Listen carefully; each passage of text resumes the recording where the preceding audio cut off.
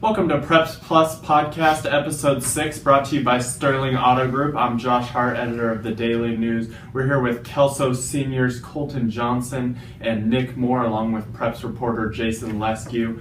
We brought these guys out, obviously big football players, both committed to GNAC schools, but more recently they've had some success in track and field. Tell me a little bit, guys, about how your season's gone so far. I'll start with you, Colton. Well, it started out pretty good, I guess. Started out with the PR and the shot put, and just continue to build on it. And same thing at discus, just got a PR, second or third meet, and just continue to build. Just try and get better every day. And Nick? Yeah, I mean, both our first meet PR'd in just both of my events, and then kind of just been building. I'm nowhere near this guy, but I'm working there. I'm gonna get him. Recently, Colton Johnson broke a school record. You've been on a little bit of a hot streak. Is it like other sports where you get on a hot streak in an event like the discus? I mean, yes and no. I mean, a lot of it's like just technique. So if you know the technique, you should be able to repeat what you've been doing. So I mean, as long as you know how to do it, you should be fine. How cool is it to have your name in the record books? Well, I broke the freshman record, and then Todd Johansson, our third leg, he broke it last year, and then I also broke the sophomore record too. Okay. And so I mean, I have my name in there a couple times, but the varsity one really means more to me. I've been chasing it, since like sophomore year, and all the coaches and stuff, right. They all appreciate it. Right. Obviously, track and field, not either one of your guys' main sports. What encourages you guys to go out and do other sports? Nick obviously plays basketball as well. What encourages you guys to go out and do those, and how do you keep motivated in trying to excel at those sports? You want to go first? Yeah, sure. I mean, I did track in middle school. I only threw the shot, but I didn't throw the discus. And coming in freshman year, they were just like, "Hey man, you gotta do another sport." And I was just like, "All right, I'll do track." And I went out, and Coach Phillips, who's our D-line coach, he was like, "All right man, come throw this discus." And I was like, "Okay." And that's what we're doing now, I guess. It's just like, it's good. You get good footwork, good workout. I mean, we lift every other day, and just put in a lot of work. So Keeps you busy. Yeah. Nick obviously was on the basketball team that had a lot of success this year, going to the by-district playoffs, and team they lost to on a 65-foot heave ends up going in pretty far into the state tournament. What was that basketball season like for you, Nick? And really, Kelso athletics as a whole seems to be kind of on the rise right now. Our basketball team, we were really young for 2 years. It would seem like freshmen were we had 2 freshmen starting my junior year, and now they're a big part of our team as a senior, and it was just cool to have success my senior year. Our junior year, all pretty young again, so we made it to districts, but we didn't play very well. But this year, it was a good time. Got to really bond with our teammates and stuff, so it was fun. Is that something you guys look at when you see where you guys finished and to who, and then see how they did, with Wilson going far? Is it something you guys watch and pay attention to? Does it make you feel better about your season, or like, hey man, we could have been there, or what's that feeling like?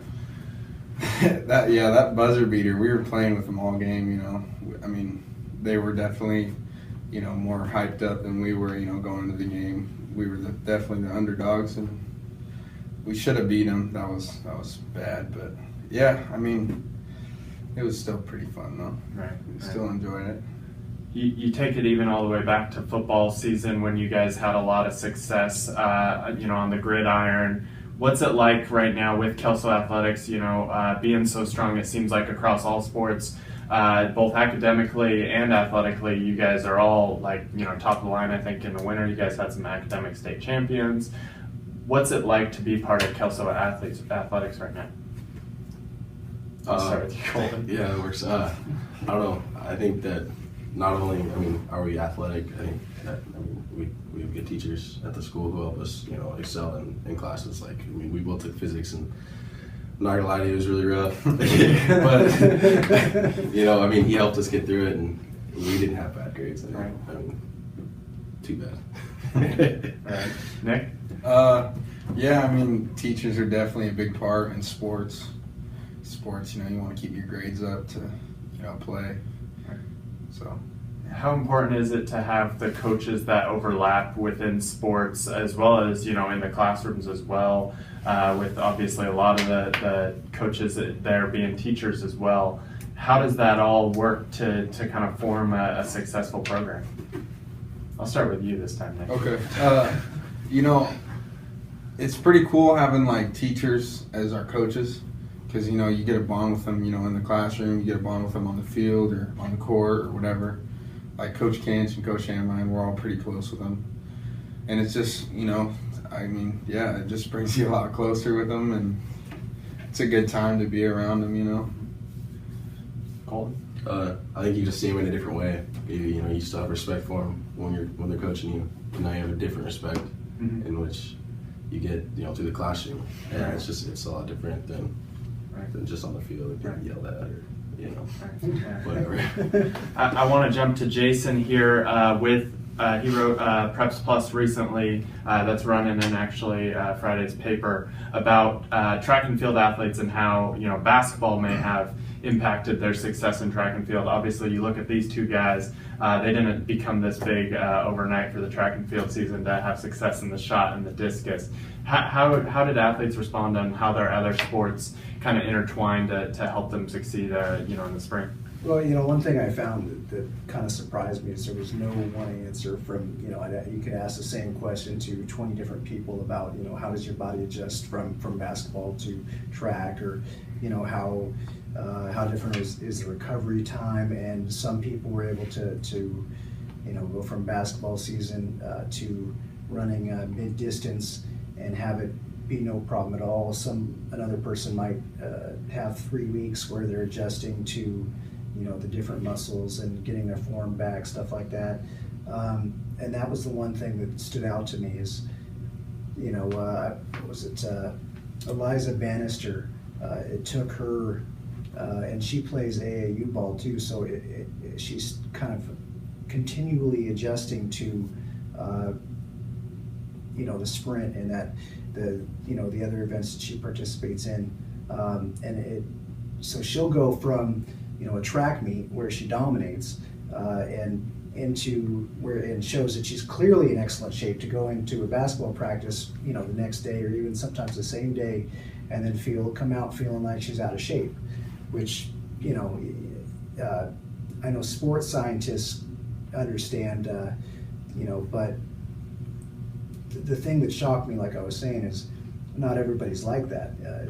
Some people just have the ability to adapt, their muscles adapt better, or they're using some of the same muscles they built up to their advantage when it comes to entering basketball practice or going from basketball to entering track meet, that sort of thing. I'll take your guys as primary sports and ask you about how football helps you guys in the spring in track and field. How did the seasons translate? You guys are both linemen. I imagine the weightlifting is part of it, but how does the football season help you for the spring, and how does spring help you keep in shape for football season, which you'll now be obviously doing at the college level? Cool. I'm not gonna lie to you, when fall's around, I don't really think about track. It's just all football. And then when spring rolls around, it's not as much football, but more track, obviously, because it's track season. And you just lift hard, and you're always thinking about the next sport, no matter what, especially during track season. Right. Because, football's that main sport, just like you were saying, so we always just, when we're lifting, we don't think about, the track meet tomorrow or the track meet today. We're just lifting, gotta get ready for next season. And I think that's a mindset that we always have, no matter what. Nick? Something that, definitely conditioning during football, gets us ready for other sports. And for me, basketball definitely takes a toll on the conditioning. But yeah, sports definitely play a big, each sport's kind of alike in their own different ways. So. As far as the football field goes, what encouraged you guys to commit to the schools you did? Colton going to Central Washington University, Nick to Western Oregon University. What encouraged you to commit to the schools you did, and what's it going to be like, being in the same league as a former teammate? I'll start with Nick this time. I wanted to stay close to home, which was definitely a big one for me. My family didn't want me to go very far, and I really liked the campus. It wasn't, too big, and it wasn't too small, and the coaches there were pretty cool. So, and we met some players when I went down there, and it just, seemed like a cool environment, and just wanted to play some college football. So, Colton? We've both been to Central a couple different times, and I get along with the coaches really great. And I know a ton of the other recruits because I used to live up north a little bit. And I know a bunch of other kids we've met. Cedric Chaney introduced us to a bunch of guys who are current players, past players, people who still stick around at Ellensburg. And the area is nice. It's farther away from home than Monmouth is, but it's still pretty close. I'm not, in Canada or Simon Fraser or something, so that's good. And then the area, I love the Pacific Northwest. I wouldn't want to go anywhere else. So, what was it like when you kind of started to figure out you were going to be able to play at the next level? Not a lot of football players get to do so, and obviously with linemen, you still got to stay healthy. But what was that like when you were able to commit and kind of get that weight off your shoulders and realize you were taking that next step? Colton? It felt really good to just sign and be able to say that I signed with a team, because that's the biggest thing to me, was to be able to to say that I worked this hard throughout my high school career, to just be able to hold that piece of paper that says that I'm part of this higher education, this higher level of football, and to be able to say that I can compete up there. It's pretty special. Nick? Let's see. What do I want to talk about? What'd you say? I was listening to him, and then I kind of forgot the question. What was it like to finally be able to commit to play college football when not a lot of athletes get to do so? There we go. Okay, so, I think that, leading up to signing day is really nerve-wracking, because you're am I going to get these calls or texts from coaches? And, it's a big weight on your shoulder, especially, when everyone around you is like, hey, man, where are you going? You getting any looks? Any offers yet? And it's no, I haven't. And just to, accept a scholarship and be able to commit to a school, when, like you said, not many kids can, has the opportunity to commit somewhere. So, it was a really cool experience, and I'm very grateful. What were the visits like for you two? Going and talking with coaches. What was that process like for you? Well, the visits. When I went to Ellensburg, it was 9 degrees, and I was unprepared. I was in shorts, and luckily I had a sweatshirt in my bag. Didn't realize how cold it was going to be. Other than that, it was great. The people, they warmed me up, I guess. And okay. Then the coaches were great. I like. All the facilities, they're not, the greatest and best D1 facilities, but they're not that bad, and the people are, like I said, they're great. And, I really like Coach Fisk, the guy who recruited us, and still calls and texts me every now and again, check in, see how I'm doing, kind of thing. Okay. I really like that. Do they give you some chili or anything with extra hot sauce or anything like that? No, but the food was extra warm. Okay, nice. Nice. You can get a nice little cup of hot coffee or cocoa. All right. How about for you? We went on 2 or 3. We went to Central, and then we were supposed to go to Humboldt. We were getting looks from their coaches and Simon Fraser. That was a far drive. Yeah, that was pretty far. So we only went to Western and then Central, just to go on official visits, and definitely the food. I like the food. The food's really good. There you go. And coaches definitely played a big role in the recruiting process. Just to if they're really nice guys. Like Coach Fisk, like he was saying, he was a really cool recruiter, and my recruiting coach, Coach Manning. So definitely like when you're on campus, you feel like appreciated, and that you're going to be a part of something pretty cool. Okay. Before I get to Jason on some of the teams to watch here as the season progresses, I'm kind of wondering what you've seen from your own Kelso teams. I know obviously track and field probably keeps you busy, and it's a big enough school where you might not know everybody, but what are your thoughts on the Kelso baseball and softball teams this spring, Nick? Nick, tell us about the softball team. So our softball team, they're doing pretty good. Kelso sports have definitely, they're getting back to like they used to be, which is pretty cool to be a part of all this. And our baseball teams, is playing good. Our softball team is also, we got some good players on both. Obviously, Zach Throwfall, going to LCC on a full ride, which is pretty cool. And then we got, a junior on the softball team that committed to Southern Oregon. Yeah, and Allie Hall committed to LCC. So we got some people, that are doing good things, and it's pretty cool to see.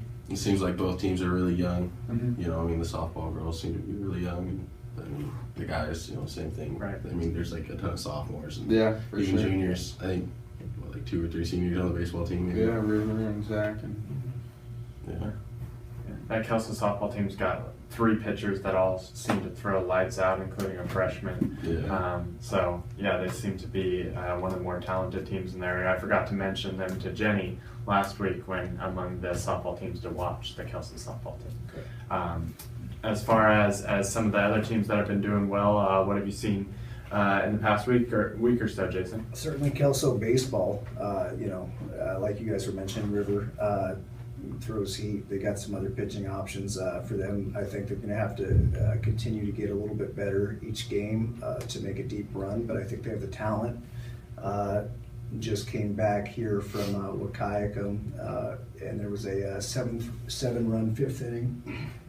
And whenever you can get an inning like that in, however you do it, it shows that you can keep up with anybody. And that was against Kalama, another school in the 2B that is, looking to make a run heading into districts. I think so. It was a doubleheader.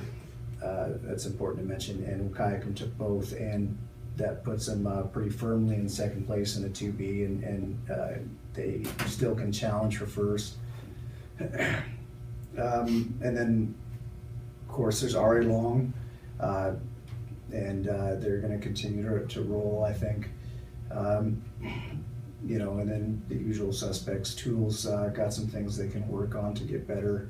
Rainier just looks unstoppable in softball, and those are the few schools and programs that come to mind right away. Yeah. Right. We'll get to our trivia question of the week. Last week's answer was 1998. Jenny O'Neill, the last time when she played in the volleyball state title game. So shout out to Mike Sabo for getting that correct on Twitter. This week we want to ask how long was the varsity discus record at Kelso held for before Colton Johnson broke it this past week? That is the question. So comment on Twitter, YouTube, wherever you watch our podcast with your answer. And that's about it for us. Is there anything you guys, Jason, wanted to add before we sign off here? No. No? Perfect. I want to thank Colton and Nick for coming out. That's it for Preps Plus Podcast Episode 6. Thanks again to Sterling Auto Group for sponsoring us, and we'll be back next week.